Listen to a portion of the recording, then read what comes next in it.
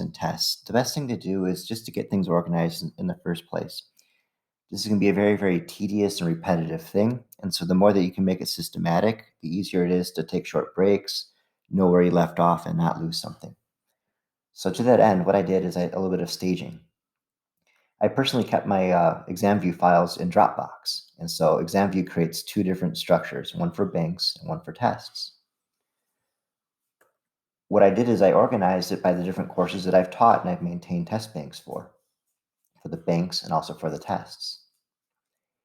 Now, to click on, say, the world history, I organized it by my units of study.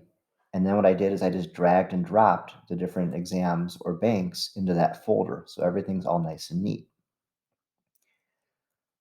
On my desktop, I created a CP World Tests folder, and then I made subfolders of all my units of study. What I'll do next now is just go ahead and duplicate this folder. I can right click, I can do copy, and then I can just go ahead and paste. What this will do now is it'll create a duplicate folder. That'll have a duplicate subfolders, which is what I want. I'll go ahead and I'll rename this folder.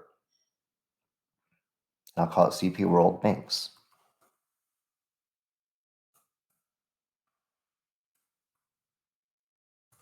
This way, I can go course by course, unit by unit, chapter by chapter, whatever it is, and just very nice and neat, get everything where I want it to be, so that way I can stage it on over to Schoology.